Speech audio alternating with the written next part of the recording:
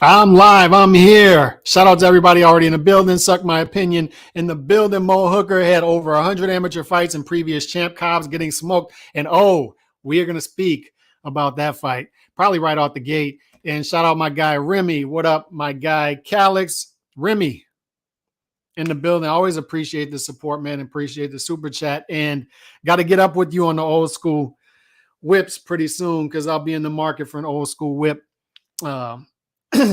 In about a year, maybe less. But Cali X Boxing 2.0. Make sure to hit those alerts. Always hit the alerts. People sub, but they don't hit the alerts and they don't see the show. Also, Cali X Boxing 2 over on Twitter. Go over to Twitter. That's where I'm at most of the time. And if you're catching this in the archive, as most of you will be, below. Leave the comments below. I get to all of them. And if you're on point with the comment, there's no need for even a reply. It's just like, love, hit them both, and we keep moving. But appreciate all of our archive support I'm getting as well. Appreciate the super chat, Remy. Nice intro. Yep. Salute Maestro. Maestro in the building. My guy Bruce Gas in the building as well. Bruce Gas, we always chop it up on Monday nights. The Saints, yes. We probably won't go marching in this year, though, without Drew Brees. Real boxing fans, unite. No Paul in the building.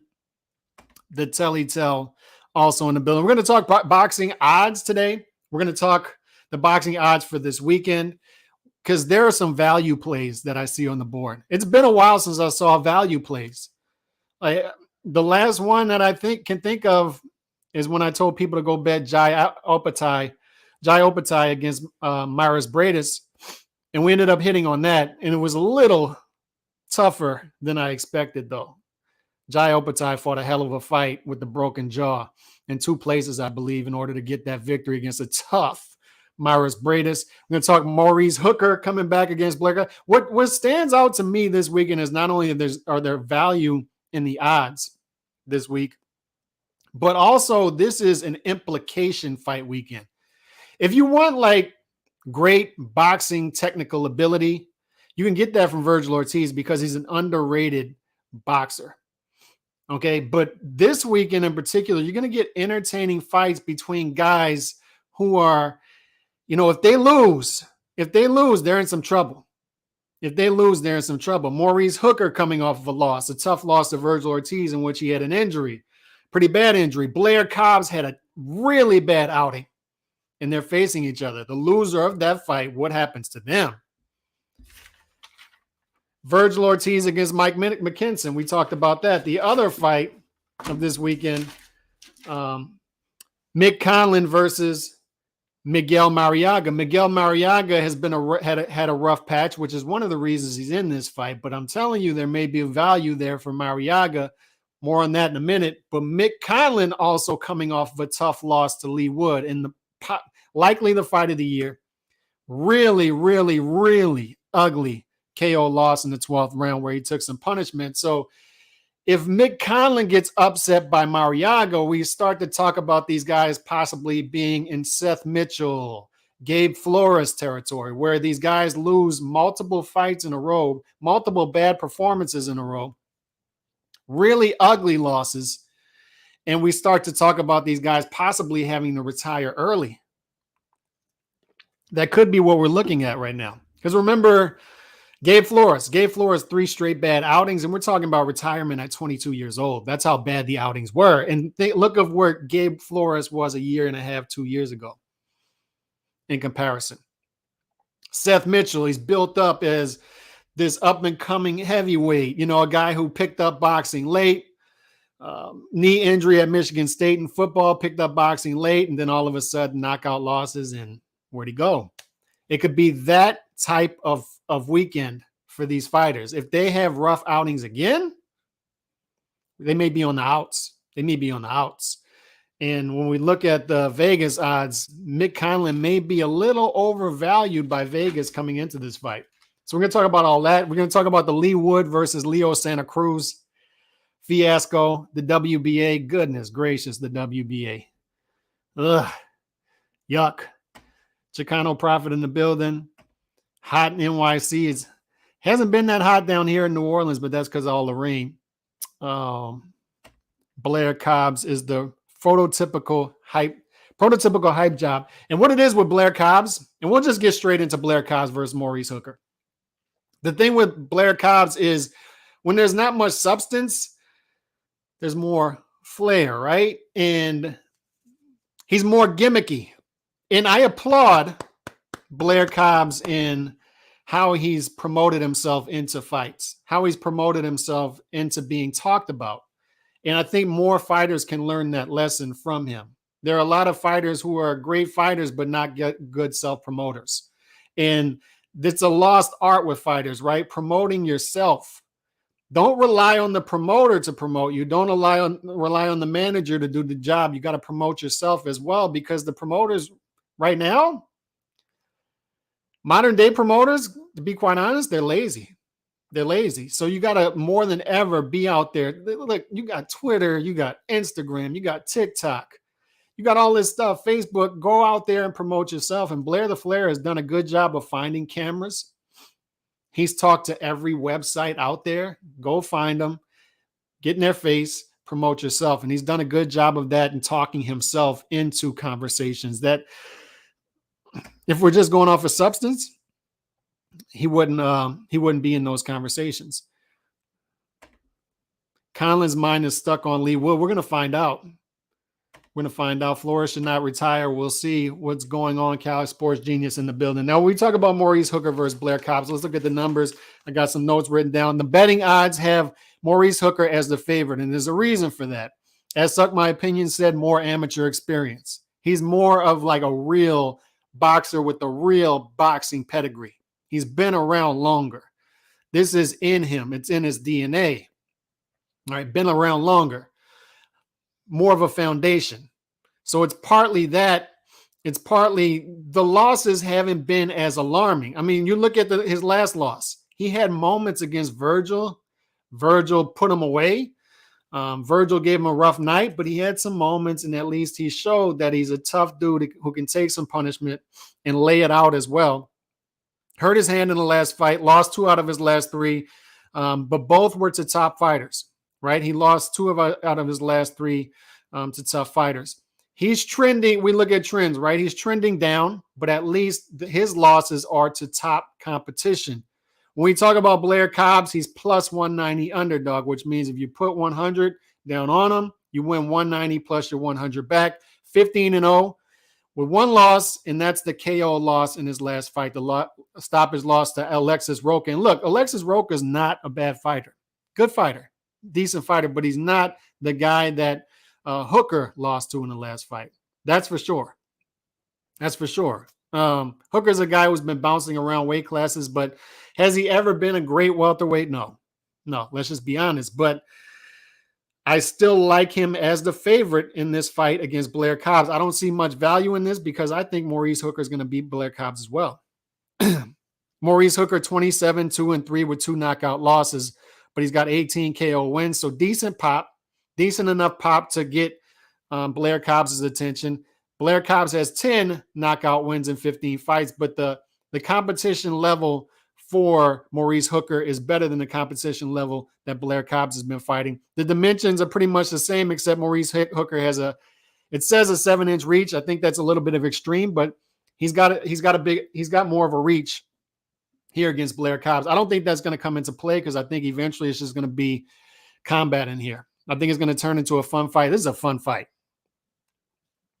And this is what I'm talking about this weekend. This weekend, you're going to get entertaining scraps, and you're going to get possibly some upsets. But you're going to get entertaining scraps and close to level competition. Like, this is good matchmaking this weekend. Maurice Hooker versus Blair Cobbs is good matchmaking. It is. It's a fun fight. It's a fight that we see and we say that's going to be entertaining. But it also is meaningful because you have 2 guys trending down, and the winner of this fight wins against a guy with a name to the boxing public, and it gets him back on track. The loser, like I said, you start to get into Gabe Flores territory to where we're talking about this guy possibly being on the out at this point. Maybe Maurice Hooker sticks around for longer. Like I said, more of a foundation, more of a pedigree. And he's a guy who can be a gatekeeper type of guy at 147 that we're looking for. Right? He would be a gatekeeper type of guy that if you want to keep your guy busy, put him in there with a Maurice Hooker. Example, Vergil Ortiz last year. He'll give Vergil Ortiz some resistance, but ultimately Vergil Ortiz or someone on that level should beat him. So there may be a pathway forward for Maurice Hooker after this fight, even if he's to lose. But I don't see that with Blair Cobbs. If Blair Cobbs loses 2 straight fights to a Roca and a Hooker, especially if he gets knocked out or stopped in both fights, it's tough sledding from then on for Blair the Flair Cobbs. Promotions are free now with the social media platforms. Agreed. Calix, you ever think of doing boxing watch alongs during fights? I've done that in the past, but so many people are doing them that I network with, and I just don't want to counter program them. And that's the issue. So many people are doing them. So I can just go back and watch the fight, and I do my post-fight stuff usually the Monday morning after, possibly Sunday. But I have so many people I network with that do the commentary during the fight and then do the post-fight show right after, that I just don't want to program them and get in the way of what they're doing. So that's the big issue. Salute Nando. Always appreciate Nando coming through. I always talk to Nando on here and on Twitter. So good to see Nando always swing through. So that's my commentary on Hooker versus Blair the Flair. I think the odds, I don't see much value in the odds there. I think the odds are correct there.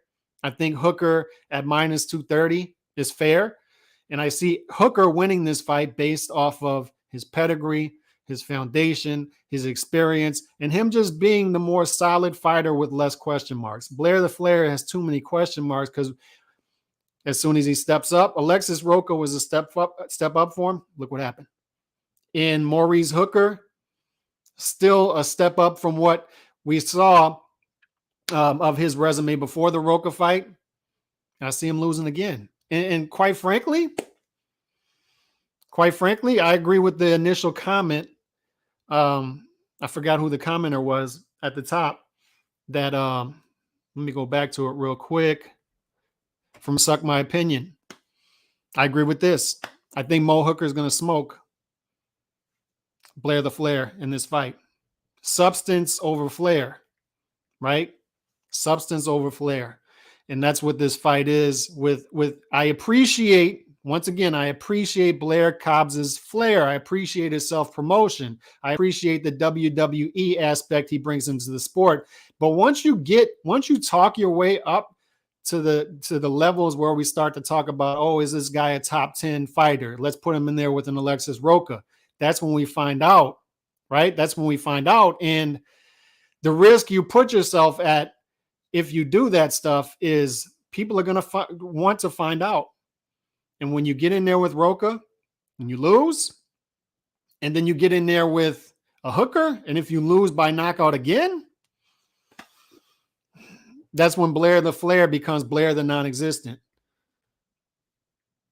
And that's what happens there. And I think that's what's going to happen this weekend. Blair going to tap into his super Saiyan form. We'll see. Mo Hooker and Blair almost always in fun fights, respect to both. And I agree. That's the thing that I love about Blair. And I do hope he sticks around, though. Like, I do hope they make him well, even if he loses. Mo Hooker is going to be around. He's going to be around. Win or lose, he's going to be around. I'm not so sure about Blair the Flair, though. But we'll see. Vergil Ortiz versus Michael Mckinson. Let me put this up right here. These are the betting odds for Vergil Ortiz versus Michael Mckinson. I don't know if y'all can see that. Let me try to make it bigger real quick. Let's see. No, that gets it out. All right, there we go. All right, let me see. Yeah, y'all should see this at this point. Now, the betting odds for Vergil Ortiz Jr. versus Mike Mckennison. Vergil Ortiz is a minus 1,400 favorite, which is a big favorite. Big favorite. For those who don't know the betting odds, once again, minus is the favorite, and that's telling you that you have to bet $1,400 on Vergil Ortiz in order to win 100.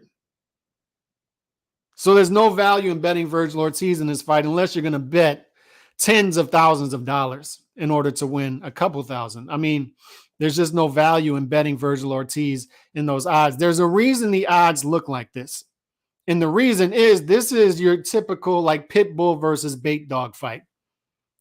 Vergil Ortiz is looking to get back after almost a year layoff, and he wanted to fight Evanesyan, to his credit. He wanted bigger fights than this. It hasn't worked out. Vergil Ortiz right now, what was he? We talked about it yesterday. He is, let me see if I got it up. I forgot what he is, but he's number 1 contender in 2 of the rankings and number 2 contender in 2 of the rankings. So the rankings are telling you, WBA, WBO, WBC, IBF, that Vergil Ortiz is basically the next dude up. He's next dude up. But the issue is WBC moves Keith Thurman over him out of thin air.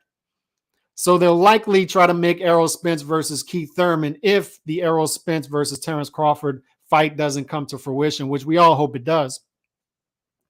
So I think they're going to continue to play this game with the Vergil Ortizes and the Boots Ennises to where they're just not getting the fights that they want. And I think that Vergil will have to get the belt through the vacant process eventually, because I don't think Errol Spence Jr. and Terrence Crawford will fight him. I hope I'm wrong on that. I hope if the Crawford versus Spence fight does fall through, that Crawford fights Vergil, but I have my doubts. I have my doubts. And I'm not saying Crawford is ducking him. That's not what I'm saying. I'm just saying I have my doubts that the process is going to work properly for a Vergil Ortiz Jr. I think it's going to have to come through the vacant process. He gets one of the belts through the vacant process, and then people have to come to him. I think that's how this is going to have to work. But this is your typical pit bull versus bait dog fight. And the reason I say that is Vergil Ortiz 18-0 with 18 knockouts. Mckinson has 2 knockouts. 2 knockouts. In 21 victories, 22 victories. That's a horrific KO percentage, horrific. In fairness, in order to get to this type of level, to have success through the domestic level and graduate yourself to the universal level, you have to have great attributes if you don't have KO power. So he has good boxing ability, very good boxing ability, but when you're talking about Vergil Ortiz who can pressure, and trap you in the ring and force you into trades, I don't see Mckinson being able to evade trading with Vergil Ortiz Jr. throughout the fight consistently. And let's get to that. This is where we start to talk about the value plays. Total rounds, 8.5. When I was talking to D-Style about this yesterday, I thought the over-under was going to be set at around 4.5, 5.5. That's high. 8.5 rounds is high. In full disclosure, I'm playing the under here. When I see the under at minus 125, that's close to toss-up territory, and the over-under is 8.5 rounds. I don't think they're valuing Vergil Ortiz's pressure and punching ability, or maybe they're overvaluing Mckinson's chin when it comes to a fight with Vergil Ortiz, because when I see 8.5 rounds, I was shocked. I was shocked to see 8.5 over under here. And they may be right. They may be right, but I see value. I expected to see this over under priced at 4.5, 5.5. So to see almost even odds at 8.5 rounds, I'm jumping all over this. And once again, don't bet more money than you're willing to lose. I bet money that if I lose, I don't lose a wink of sleep. On top of that, don't just blindly take betting advice. I'm just offering you up some possible value plays here. Do what you want with it.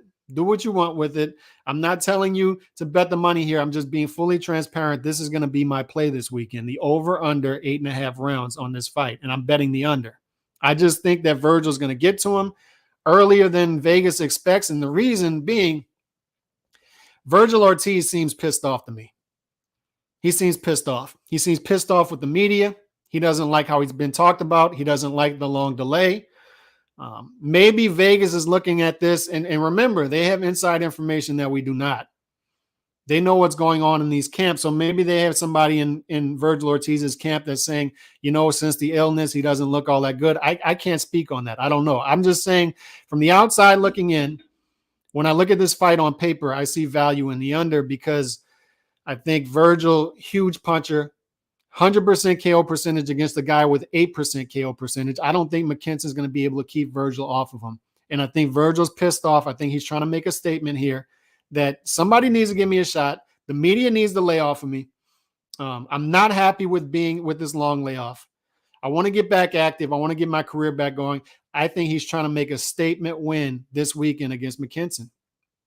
So when I see over under 8.5, I see a lot of value in that under because I just don't.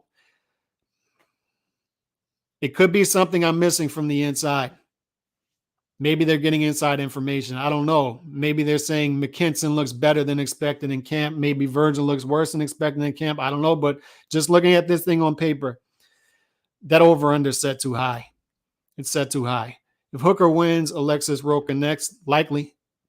I think that would be that's what I was thinking as well coming into this. My money on Mckinson, you must mean plus 800. And I just, yeah, you clarified no value but a short thing. I might bet the house 8 plus 800. I do.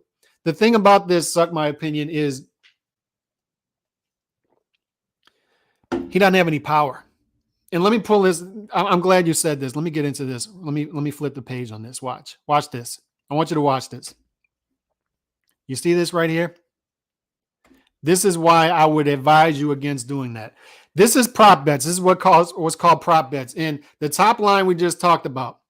We just talked about, what was it? Vergil Ortiz minus 1,400, Mckinson plus 800. We just talked about that. And they're telling you that Vergil Ortiz, huge favorite.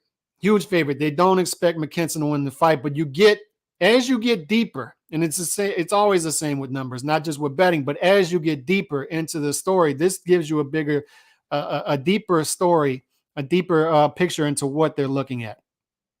That top line right there, this is the most likely scenario. Vergil Ortiz by knockout or stoppage, and it's minus 350. So they're telling you right now, they really think that Vergil Ortiz is going to win this fight by stoppage. And that's why I'm surprised it's set at 8.5.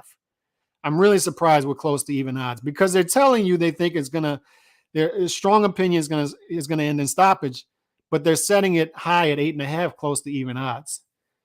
And that's just off to me. But the second most likely scenario, Vergil Ortiz by decision, and that's plus 300. So, okay, a fair shot of Mckinson getting to the finish line and losing a decision. Look at this. Mckinson by decision is the third most likely, all the way down to plus 1,000. And that's about right where it should be. But rarely do you ever see this. And this is why I'm telling you to stay away from betting Mckinson. I'm advising you anyway.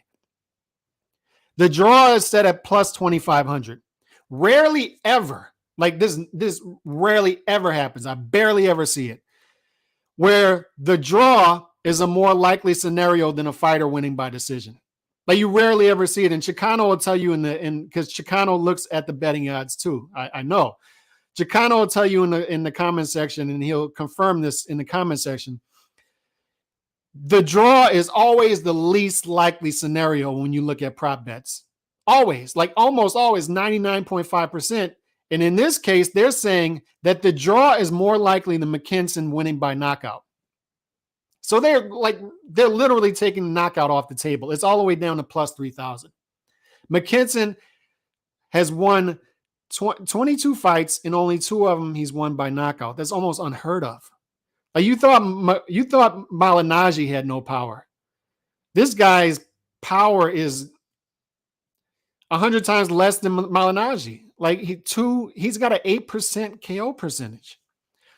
So how is he going to keep Ortiz off of him for 12 rounds?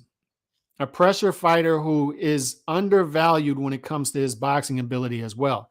When Ortiz gets hit, it's when he's trading. Ortiz doesn't get hit when he's coming in.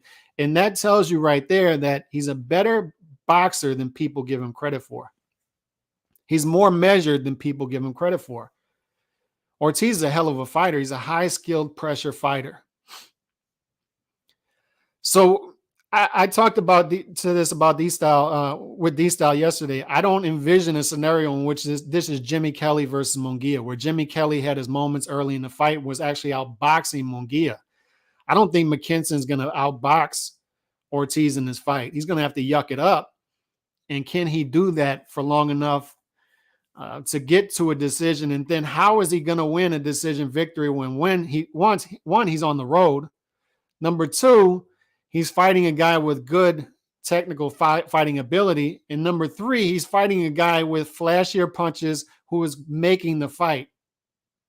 So how are the judges going to see 6, 7, 8 rounds to give to Mckinson over Vergil Ortiz? I just don't see it. I don't envision a scenario in which Mckinson can pull off this upset. He's in there for a reason with Vergil Ortiz, right? This is set up for Vergil Ortiz to look good. And once again, to Vergil Ortiz's credit, he did not want this fight. He wanted the Avanesian fight. He wanted bigger fights. If you have, like, certain fighters, I believe them.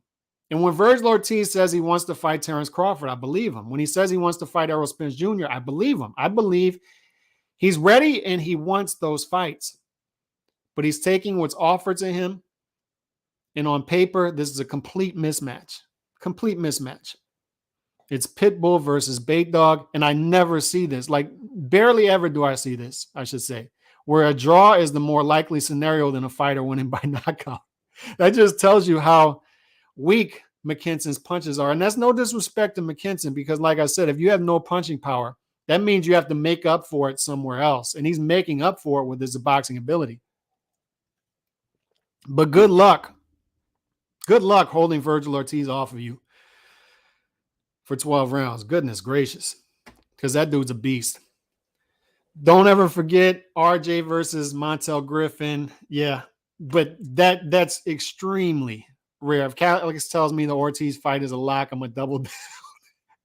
Look, I hate making bets like that, though, Chicano, where you got to put so much down to win any kind of money of value. That's just not my thing. I find value in the over-under.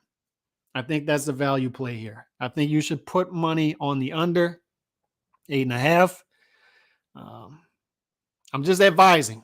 Not telling you should do it, just advising. You're going to be surprised. We'll see. The opinion you follow should be your own. That's right. Dwyer. I'm tapping into Dwyer right there. The opinion should be your own. I'm just a dude on the internet. This smells like Lopez versus Kambosos all over again. Man, Kambosos has some pop. Like, Kambosos had a better motor, better pressure fighter, better pop. And Kambosos isn't a big puncher, no. And I understand what you're thinking. Like, it may be the odds makers are thinking this as well. Maybe Vergil Ortiz comes in too aggressive in this fight. Maybe he completely discounts Mckinson, comes in there, and thinks he's going to get him out of there in the first round, and it doesn't happen. All of a sudden, he gets into a tough boxing match. True, but Kambosos had the ability to hurt Teofimo. Mckinson doesn't have the ability. Like, he literally doesn't. When you see a guy where draw is the more likely scenario than knockout, he doesn't have the ability to hurt the other fighter, and that's the issue here. That's the key difference in Teofimo. Like, I understand what you're saying. Maybe Virgil comes in too confident. Maybe he's too pissed off. Maybe he's too in his feelings and he abandons all IQ and just comes in there and tries to knock out Mckinson. And when it doesn't happen, all of a sudden he's in a tough fight. But the key difference here is Mckinson is not Kambosos, and that Kambosos, although the punching power isn't great, it's still there. It still exists. With Mckinson, it doesn't exist. No punching power. Anna Leigh, appreciate your support. Let's see what else we got. Let me see what we got. I had put 20 on Kambosos by decision versus Lopez plus 1,000, and you did well. You did well with that. Virgil mentioned in the virtual press conference that being undefeated with so little KO power means Mckinson must be skilled. I immediately thought of Ivan Calderon. I don't know if Mckinson is Iron Boy, though, and he's not. He's not. Like, I just don't see it. I don't see Mckinson being able to pull off an upset here. I just don't think he has. It's not ability. It's just he doesn't have the resources. Like, he doesn't. Sometimes you're just outgunned. Sometimes you're the dude with the butter knife and the other guy has the machete. And in this case, it might be AR-15 versus butter knife. Like, that's what this is. It's Pitbull versus Bait Dog. This is like the dog that you warm up your pit bull for in order to fight the other pit bull, if we're using a dog fighting analogy, which I don't condone dog fighting, but I'm just saying. I think that's what we got here. I think it's a good analogy to use in this case. Plus, I expect Ortiz to come in closer to 100% than Tio was in Camboso's fight. I think so too. But you never know with the illness, and this could be what they're looking at. The illness can be more serious than we thought. He could be more sluggish than we thought in training camp. They have inside information that we're not privy to. I think Ortiz is ready for Spence right now. And this is part of the programming that we talk about on this channel.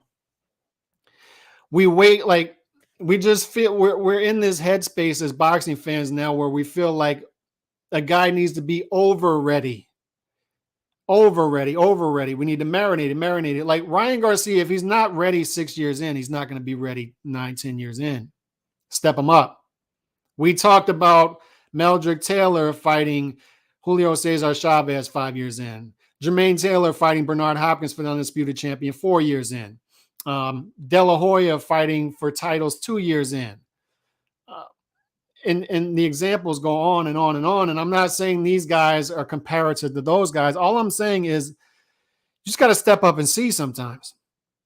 And I think we've gotten to this headspace in boxing. I think it has to do a lot with how the promoters and managers have promoted us into or propagandized us into thinking like fanagers instead of boxing fans. Vergil Ortiz is ready. He's ready. Step him up. And if he's not ready, let's find out. There's no need for this welterweight division to wait any longer. This picture needs to materialize. Crawford versus Spence, like I said, should have happened 4 years ago. I mean, it hasn't, and we're still talking about that. We should be talking about Spence versus Virgil.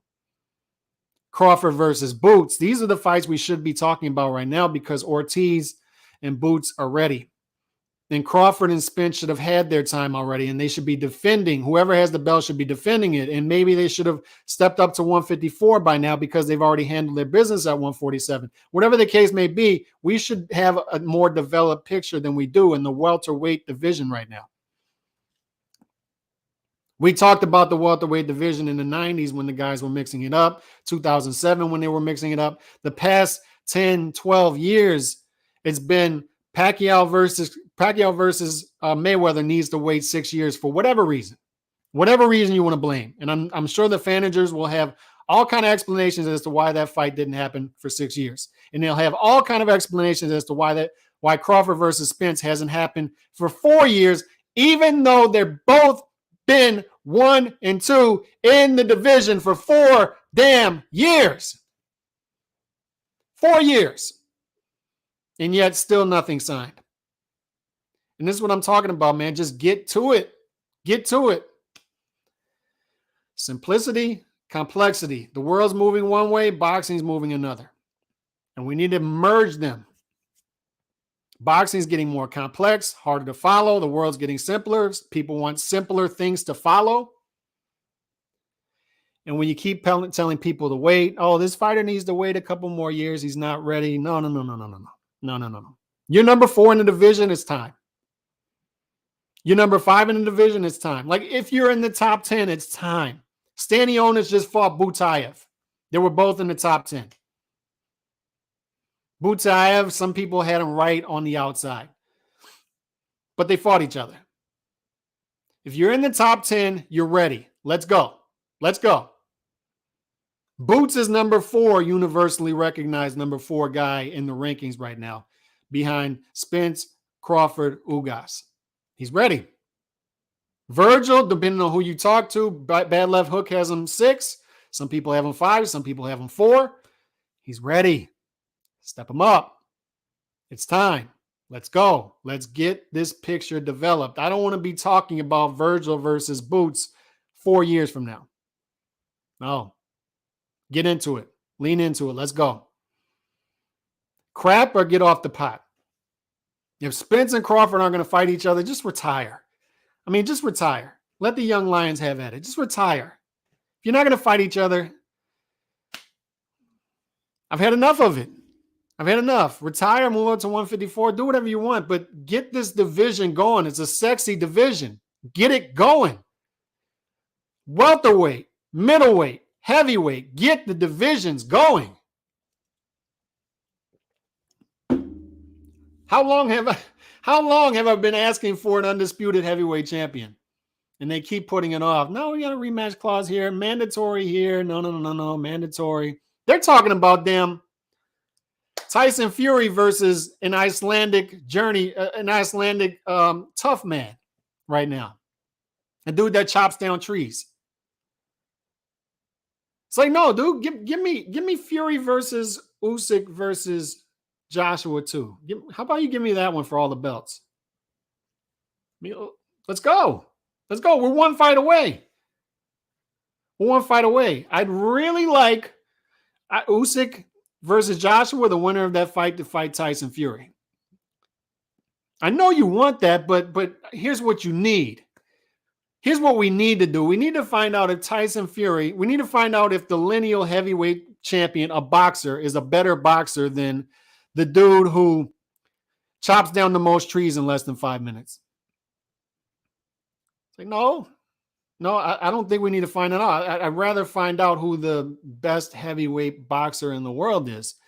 I know you want to find that out, but I really think we should find out who's a better boxer. Is it the boxer, or is it the guy who puts a rope around his waist and drags 18-wheelers the best? It's like, no, dude, I don't want to watch the lineal heavyweight champion fight an Icelandic tough man champion. Don't want to watch it. I really don't want to watch the lineal heavyweight champion fight Derek Chisora for the third time. Don't really want to watch it. I really like you to get to the Usyk Joshua winner versus Tyson Fury. I'd really appreciate that. I'd really appreciate it. So when we talk about, I love the featherweight division, by the way, 126. That division's pumping. It's a division full of good fighters and not much separation between them. And it's looking for an alpha dog. Some would say it's Navarrete as the alpha. Some would say that. Some would say he hasn't separated himself from the pack yet. But there's a lot of discussion on who is the guy, who should be ranked where. And there's a lot of talent in that division. Good fighters who haven't yet graduated to great, but they're all going to make for fun fights. Mick Conlan lost to Leigh Wood, and perhaps the fight of the year. I thought it was the fight of the year so far. Gets knocked out in the 12th round. Vicious knockout, knocked out the ring, and took a lot of punishment before that. It was an ebb and flow fight, momentum shifting back and forth. Both fighters took a lot of punishment, and you can see Leigh Wood, his attrition was better. He took the punches better than Mick Conlan was taking them. And that's always the warning sign, right, of a guy stepping up. How well can he take elite punching? And you started to see Mick Conlan give as that fight went on. So you start to ask yourself, if he looked that way against Leigh Wood, what's he going to look like against other bigger punchers at the top of the division? So where is Mick Conlan's ceiling at this point? And I've always suspected that it was way lower than people said of Mick Conlan. I've never thought he was this elite fighter. And I think that showed up a little bit against Leigh Wood, but you could also argue Leigh Wood is much better than the odds makers and people give him credit for in these mythical matchups. And two examples of that is beats Zhu Khan by upset, beats Mick Conlan by upset. When a guy puts together multiple upset victories in a row, that means that fighter is undervalued. And Leigh Wood is, we'll talk about him in a minute, is an undervalued fighter because he continues to get upset victories. Carl Froch is a guy I talked about like that. Goes on a 12-fight streak where he wins 10, and he was the underdog in 8 of those fights. Undervalued, chronically undervalued fighter. And there are examples of guys like that out there, and Leigh Wood is one of them. Pulls off upsets, multiple upsets in a row, and we'll see if they get that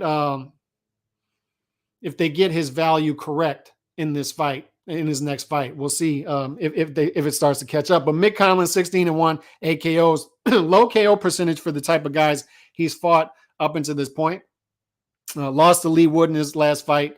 So this is an implication fight for Leigh Wood. And there are some rules to live by in life. There are some rules to live by in life. And it's no different in boxing. Like some rules to live by in life. Don't put your hand on a hot stove. Don't date a girl who is coming off of 3 straight bad breakups and they were all her fault. It's just stuff you don't do. And one of the rules in boxing is, and managers know this, and promoters know this, and boxers know this, is you generally don't fight a Colombian puncher coming off of a knockout loss. And that's what makes this fight interesting. Mick Conlan is going against that. Mick Conlan's team is going against that. And look, there are reasons they're in there with Mariaga. Like Mariaga is 35 years old.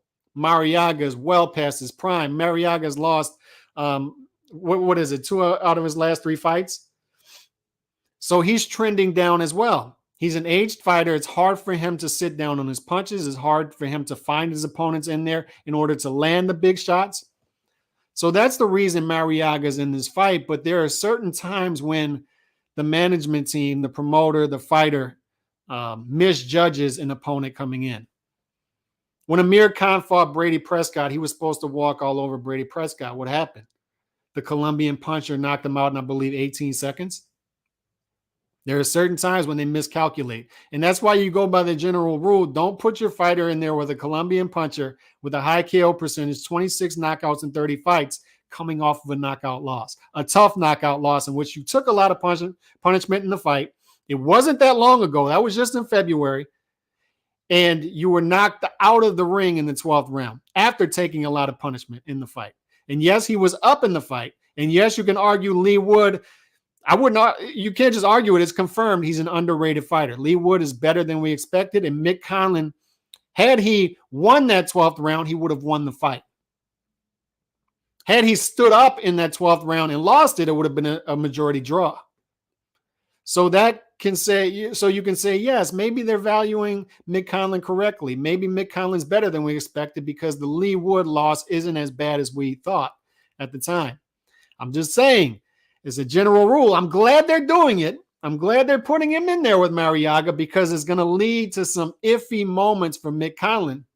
But I'm just saying, the general rule to go by is don't put your fighter in there with the high KO percentage Colombian puncher coming off of a tough knockout loss. And they're doing it. And I like them for doing it as a boxing fan. Don't get me wrong. I like it.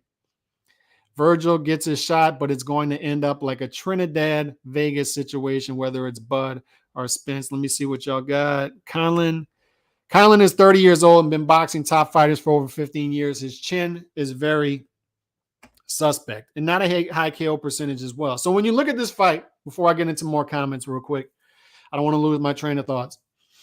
When we look at this fight, how do we see this fight playing out? Let's take things off of the table first.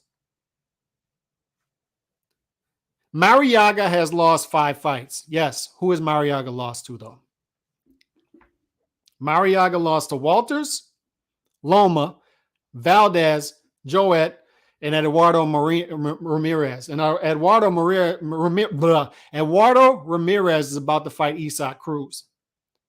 All right, so Edwardo Ramirez is a better fighter, once again, that he's given credit for. Those are 5 quality losses, and several of them high quality loss. Like Nicholas Walters, Loma, Valdez, no shame in those losses. Those are high quality losses. And he came out of those 5 fights with only 1 stoppage loss. Now, Mariaga's been on the canvas several times. He has. But only stopped once, and that's against Lomachenko. And once again, Lomachenko at that weight, no shame in getting stopped by Lomachenko. No shame in it. No shame in it. So Mariaga's got a chin. And Conlan doesn't have much punching power. So let's take Mariaga. Let's take Conlan by knockout off the table. Conlan's not going to knock out Mariaga. Let's also do this. Mariaga, for what we just talked about, him being a puncher, him having high quality losses. Mariaga is a guy who is 35 years old, well past his prime. The reflexes are not what they used to be. So he's not going to be able to, it's going to be hard for him to find Conlan in the ring. Conlan's going to rack up rounds. Okay, so let's take Mariaga by decision off the table. So we're taking Mariaga by decision and Conlan by knockout off the table. I don't think either one of those is going to happen. So what's going to happen? This sets itself up for a fight like this. Conlan's going to outbox Mariaga, but the key question is, and look, if this goes to the scorecards, Conlan wins because Conlan is fighting at home, and Conlan is the better technical fighter who is going to outbox Mariaga throughout the fight. But here's the key question in the fight. If Mariaga does find a punch, if Mariaga does find an equalizing punch, we're going to know how this fight goes pretty quick because will Conlan be able to take that shot? And we're going to find out early. If Mariaga lands some shots early in the fight, Conlan walks through them, continues to box well, then I think we've got ourselves a wide Conlan decision type of victory. But if Mariaga lands a big shot early in the fight and Conlan does not react well to it, we got ourselves a long night for Conlan, and Conlan is going to have to struggle to find a decision victory through 12 rounds. He's going to have to struggle to get to be able to fight 36 minutes against a puncher who is able to find him in spots, and Conlan's chin does not take it well. As somebody said in the chat earlier, eloquently, Conlan's going to have flashbacks of the Leigh Wood fight if he doesn't take those punches well. And I don't think it's going to go well for him if he doesn't take those punches well. But gun to my head, I would take Conlan by decision. But if Conlan doesn't take those punches well, this is the intrigue of the fight. Conlan is a minus 1,200 favorite. And I think the reason he's a minus 1,200 favorite is for some reason the odds makers really like Conlan. They have throughout his career. And they're also pricing in the fact that Mariaga is up in age. So is Mariaga undervalued at plus 750? Perhaps. But I would tell you, I would advise you, stay away from that. And what I would look at is the prop bets have not come out for this fight yet. I was looking for them. They haven't come out. If Mariaga by decision, if Mariaga by knockout is plus 1,000 or higher, jump on the Mariaga plus 1,000 or higher by stoppage or KO or TKO. That would be the value play here because there's a lot of value. That's not where I would price Mariaga, and that's where I think it will be. If he's plus 750, I think Mariaga by KO, TKO, stoppage will be priced around plus 1,000, which once again means if you bet 100 down on Mariaga and he wins by stoppage within the 12 rounds, however he stops him, you get 1,000 back. And I think it's going to be priced close to that. So if it's there, I would throw a little money down on that. So that's your two value plays this week. Mariaga by knockout. And once again, I'm not saying Mariaga is going to knock him out. That's not how we look at that. That's not how we look at value. We just look at value.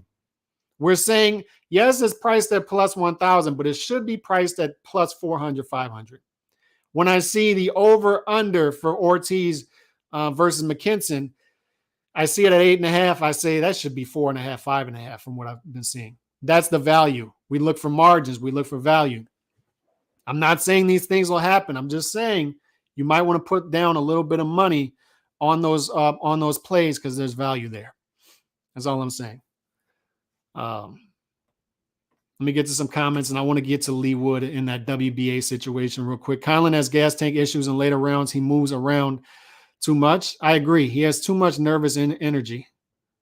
They used to say that about Jermaine Taylor, and I think the same applies to Mick Conlan. Different styles, but too much nervous energy, and it wears him down as the fight goes on. PBC doesn't make fights even with their own fighters. Yep. PBC is to blame, period, bro. I'm not telling a grown man who he should sign with. That's nonsense. The fight should have been made long ago regardless. It didn't get made because of PBC. And those are high quality high intelligent comments right there. I agree. And we've talked about that. But Leigh Wood versus Mauricio Lara could be happening in September. It's looking like that's the fight that's going to happen. So how did we get to this point? Leo Santa Cruz is sitting on this belt at featherweight, the WBA belt, for 3.5 years. Right? He has the WBA featherweight belt for 3.5 years, even though he's not fighting at featherweight for 3.5 years. So that's our first issue. That's our first issue. If a fighter isn't fighting in a weight class for 3.5 years, he shouldn't have a damn belt in that weight class for 3.5 years. So the WBA continues to grant exception, grant exception, grant exception. So what happens? Leigh Wood wins the fight against Mick Conlan. He's the mandatory. He's been waiting for a shot, waiting for a shot, waiting for a shot in line. Leo Santa Cruz has the super belt. Leigh Wood has the world belt. Reggie belt, real belt, Reggie belt. That's what we talked about. Too many belts with the WBA. Another problem. But here's where the issue really comes into play is finally, they say, they mandate Leo Santa Cruz to fight Leigh Wood. Finally, Leo Santa Cruz has to defend his belt. After 3.5 years, finally they mandated a fight. So what happens? When it comes to the WBA, their rules, when it comes to the super belt, the main belt, it's a 75% to 25% split, champion contender. It's across the board. When it's the intercontinental belt, the continental belt is 60-40, and when it's up for vacant, it's a 50-50 split. But in this case, 75-25. And Leigh Wood knew that was going to be the case, but the issue is you appeal it. You file an appeal and say, no, look. This isn't fair market value. 75 to 25 here in this case is not fair market value. And this happened in the past. Danny Jacobs tried to get a higher split. He filed an appeal against Gennady Golovkin. That's one example. And he was denied. But in this case, when you have a fighter in Leo Santa Cruz who hasn't fought in the division for 3.5 years, Leigh Wood has been active. He's been doing things in the division. He beat Zukan by upset. Then he beats Mick Conlan by upset. 2 straight upset victories. He's been the mandatory. And he's saying, look, 75-25 is not the fair market value. And I hate talking percentages on this show, but in this case, it applies. That's not fair market value. Leo Santa Cruz, who hasn't fought in the division up until this point, should not be getting a 75% split. If you want to say he does, then that's fine. Let's get past that. So Leigh Wood says, I'm going to file an appeal, and it's denied. So Leo Santa Cruz has been getting exemption after exemption after exemption. Then he tries to, when he's mandated, he finally says, you know what, I want to go unify. Let me go unify with Ray Vargas. So when he's mandated, he tries to go elsewhere. Thankfully, he's not granted an exemption there. They say, no, fight Leigh Wood. You're mandated to fight Leigh Wood. So Leigh Wood tries to file an appeal. He's denied. So Leigh Wood says, you know what, man?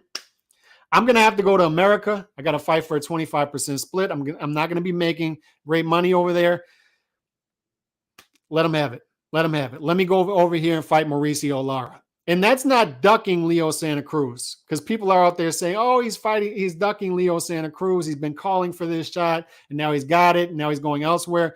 When you fight a tougher fight, when you go elsewhere and fight a tougher fight, that's not ducking. Mauricio Lara is a tougher fight than Leo Santa Cruz. Leo Santa Cruz, here's how egregious it is that Leo Santa Cruz has a belt. How many times in boxing have you seen a guy who's in the top, not in the top 10 in his weight class, not in the top 10 in his weight class, have a legitimate belt? I'm sure you'll fail to see it. Is Leo Santa Cruz the only guy that exists in boxing today who has a legitimate belt who's not in the top 10 in his weight class? I'm asking. Maybe somebody in the chat can throw out another example of somebody. Is there anybody else in boxing who is not top 10 in his weight class who has a legitimate belt? Leo Santa Cruz does. He's an inactive fighter at 126. And this is the issue with the WBA, is when you're granting these exemptions, you're telling a guy who he doesn't have to defend his belt. He doesn't even have to campaign in the weight class in order to keep his belt. And he does this for 3.5 years. And it sets up a scenario in which a guy can not even be in the top 10 in his weight class and have a legitimate belt. And on top of that, get a 75% split against the guy who has been active in his weight class and beating good competition in the weight class and is in the top 10 in his weight class. And he's the one getting the 25% split. And Leigh Wood's team is looking at this like, no. Now, there are two ways you can go with this. It's take short money, beat Leo Santa Cruz in the easier fight, and now you've got the belt. And now you can have the 75% split going forward against the mandatory. So, yeah, I can understand that. But I have no problem with Leigh Wood as a fan, as a fan of boxing, saying that's not fair market value for this fight. It's not even close. Fair enough. I understand that. And I also understand, especially, like if he had no other options, that's fine. But if he can go over here and fight Lara in a better fight, for me as a boxing fan, and it's probably going to be in a better environment because it'll probably be over there on his home turf. It's a better fight stylistically. It's a tougher fight. I got no issues. As far as I'm concerned right now, Leigh Wood's an all-star. He's an all-star, pulling off upset victories, fun fights. He's earned his way up into the top 10 of the division. He's earned his shot. They're not presenting him with fair market value for the shot. So he's saying, you know what? You can have it. I'm going over here. I'm fighting the tougher fight for more money. Fair enough, Leigh Wood. Fair enough. But the WBA, man, like these sanctioning bodies, oh my God. The sanctioning bodies. I don't understand for the life of me how a guy can have a belt for 3.5 years and not compete in the weight class in which he has the belt. It's corruption.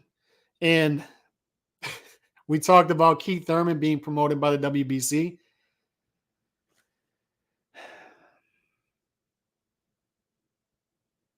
It's sick. It's sick. But I want to stay positive on this. I don't want to get into the negative talk with the sanctioning bodies because I've done enough this week. We got some fun fights coming up this weekend. And just to cap it off, we've got fights with implications and we've got entertaining fights. Maurice Hooker versus Blair Cobbs is a fun fight and it's a crossroads fight. I love entertaining crossroads fights because both guys know they can't afford to lose. And there may be a pathway forward for them after this fight, even if they lose. But that pathway forward gets narrower. It's a crossroad fight. It's a fun fight. I think Maurice Hooker beats Blair Cobbs by stoppage. He's a tough dude, solid foundation. He's been in there with guys, tough sparring. I think he's built for a fight like this, and I'm not so sure about Blair the Flair. And I like Blair the Flair overall. I think he's a net positive. I think he brings a WWE style trash talking to the sport. But I think at this level, I don't think he translates. But being that he's flawed, he makes for fun fights. Mick Conlan, we just talked about it, versus Mariaga. I see value in Mariaga by stoppage, knockout, if it's around plus 1,000. So look out for those prop bets. That's a value play. And I'm telling you, fighting a Colombian puncher, even if he's 35 years old, even if he's well past his prime, he's been in there with tough dudes.